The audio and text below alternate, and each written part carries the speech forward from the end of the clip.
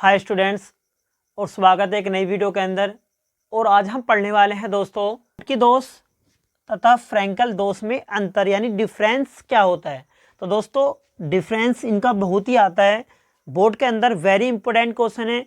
आप लोग वीडियो में अंत तक बने रहें। जो बच्चे चैनल पर नए हो चैनल को सब्सक्राइब करें। तो देखेंगे दोस्तों शॉर्टकी दोष तथा फ्रैंकल दोष में क्या क्या अंतर होते हैं। तो नंबर 1 अंतर होगा दोस्तों, देखेंगे यह दोष परमाणुओं या दोस्तों आयनों के अपने स्थान से विलुप्त होने पर उत्पन्न होता है। ठीक है, यानी दोस्तों जब किसी ठोस के अंदर कोई परमाणु या दोस्तों आयन, ठीक है, जब कोई परमाणु या आयन अपने स्थान से विलुप्त हो जाता है यानी गायब हो जाता है तो दोस्तों वहां पर कौन सा दोष उत्पन्न होता है? शॉर्टकी दोष। ठीक है, वहां पर शॉर्टकी दोष उत्पन्न हो जाता है। तो यहां पर देखेंगे एक एग्जाम्पल से समझाता हूं मैं आप लोगों को।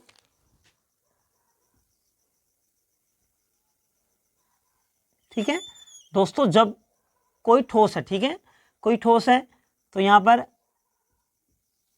हम कुछ चिन्ह बना लेंगे।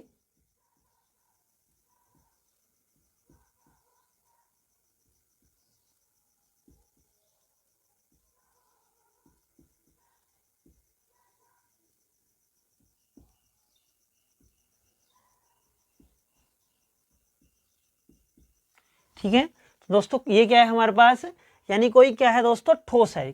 ठीक है, यानी जब किसी ठोस के अंदर कोई परमाणु या दोस्तों आयन अपने स्थान से ही गायब हो जाता है, विलुप्त हो जाता है, तो वहां पर कौन सा दोष उत्पन्न होता है? तो हमारा शॉर्टकी दोष। तो मान लेंगे यहाँ पर दोस्तों, जैसे आपने, ठीक है, यहां से क्या हो गया दोस्तों, यहां से ये एक, ठीक है, आवेश यहां से चला गया तो दोस्तों ये गायब हो गया। तो यानी कौन सा दोष उत्पन्न होगा? तो आपको बताया यहां पर हमारा शॉर्टकी दोष उत्पन्न हो जाएगा। ठीक है, शॉर्टकी दोष। ठीक है, यहां पर शॉर्टकी दोष। ठीक है, ये एग्जाम्पल बस आपको समझाने के लिए, ठीक है, इसका स्ट्रक्चर कुछ और प्रकार से, पर ये आपको समझाने के लिए मैंने यहां पर बना दिया। ठीक है, यानी जब किसी ठोस के अंदर दोस्तों कोई आयन या परमाणु वहां से गायब हो जाता है, ठीक है, विलुप्त हो जाता है, वहां पर दोस्तों रहता ही नहीं है, तो वहां पर हमारा शॉर्टकी दोष उत्पन्न होता है। ठीक है, अब देख लेंगे इसको, फ्रैंकल दोष। तो यह दोष परमाणु या आयनों के अपने स्थान से विस्थापित, ठीक है, विस्थापित का मतलब दोस्तों वहां से हटकर दूसरे स्थान पर चले जाना। ठीक है, अपने स्थान से विस्थापित होकर अंतराकाश में चले जाने के कारण उत्पन्न होता है। ठीक है, चले जाने के कारण उत्पन्न होता है। ठीक है, तो इसे भी एक एग्जाम्पल से समझाता हूं मैं आप लोगों को। ठीक है, तो ये क्या है दोस्तों, कोई ठोस है, ये कोई ठोस है,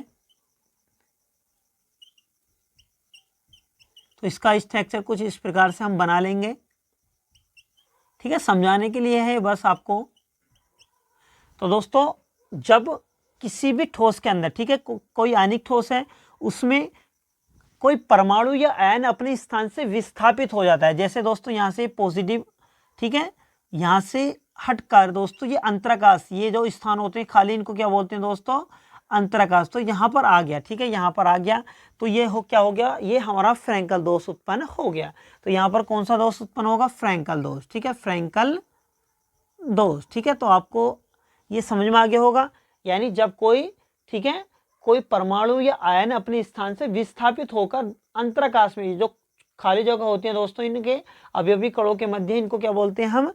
यानी अंतराकाश बोलते हैं दोस्तों। तो यही यहाँ पर आ जाने के कारण उस परमाणु या आयन को तो कौन सा दोष उत्पन्न हो जाता है दोस्तों? हमारा फ्रैंकल दोष उत्पन्न हो जाता है। ठीक है, अब देखेंगे नंबर 2, इस दोष के कारण क्रिस्टल का घनत्व कम हो जाता है। ठीक है, तो आपको पता है दोस्तों जब क्रिस्टल क्या होगा, यहाँ से विलुप्त ही हो जाएगा, तो दोस्तों यहाँ पर क्या होगा, जब आवेश या परमाणु या आयन को यहाँ से दोस्तों विलुप्त हो जाएगा, गायब हो जाएगा, तो आपको पता है दोस्तों वहाँ पर उसके घनत्व पर प्रभाव तो पड़ेगा ही। तो दोस्तों क्या होगा, घनत्व बढ़ेगा नहीं, घनत्व क्या हो जाएगा, कम हो जाएगा। ठीक है, पर अब दोस्तों इसमें देखेंगे इस दोष के, ठीक है, क्रिस्टल के घनत्व पर कोई प्रभाव नहीं पड़ता, तो कोई प्रभाव पड़ेगा नहीं, क्योंकि दोस्तों यानी यहां से हटकर अंतराकाश में आया, यह है तो क्या दोस्तों, ये उस क्रिस्टल के अंदर ही, यानी उस क्रिस्टल के अंदर ही है, पर वहां से क्या है, ये अपने स्थान से थोड़ा हट गया। ठीक है, तो ये इस पर कोई प्रभाव नहीं पड़ेगा। यानी कि अब देखेंगे नंबर 3, यह दोष उच्च उप सहसंयोजन संख्या वाले आयनिक ठोसों द्वारा प्रदर्शित किया जाता है। आपको मैंने इससे पहली वीडियो में दोस्तों उप सहसंयोजन संख्या पढ़ा दी है। तो देखेंगे दोस्तों, जैसे CS यानी सीजियम क्लोराइड है, तो दोस्तों इसकी उप सहसंयोजन संख्या क्या होती है? 8 होती है। ठीक है, 8 होती है। तो ये जिन परमाणुओं की उप सहसंयोजन संख्या अधिक होगी, ठीक है, तो ये दोष उनके अंदर अधिकतम पाया जाता है। ठीक है, अब नंबर 3 इसका देखेंगे दोस्तों, जो यह दोष क्या है, यानी जिन आयनिक ठोसों की उप सहसंयोजन संख्या कम होगी, यानी बहुत कम होती है, ठीक है, तो उनके अंदर जो दोष होगा दोस्तों वह हमारा फ्रैंकल दोष उत्पन्न होता है। ठीक है, अब नंबर 4 देखेंगे, इस दोष को प्रदर्शित करने वाले ठोसों में धनायन व ऋणायन, ठीक है, समान होते हैं। ठीक है, जब भी किसी भी परमाणु में, जैसे दोस्तों NaCl है और सीजियम क्लोराइड, तो यहाँ पर दोस्तों पॉजिटिव प्लस और Cl नेगेटिव की संख्या क्या है दोस्तों?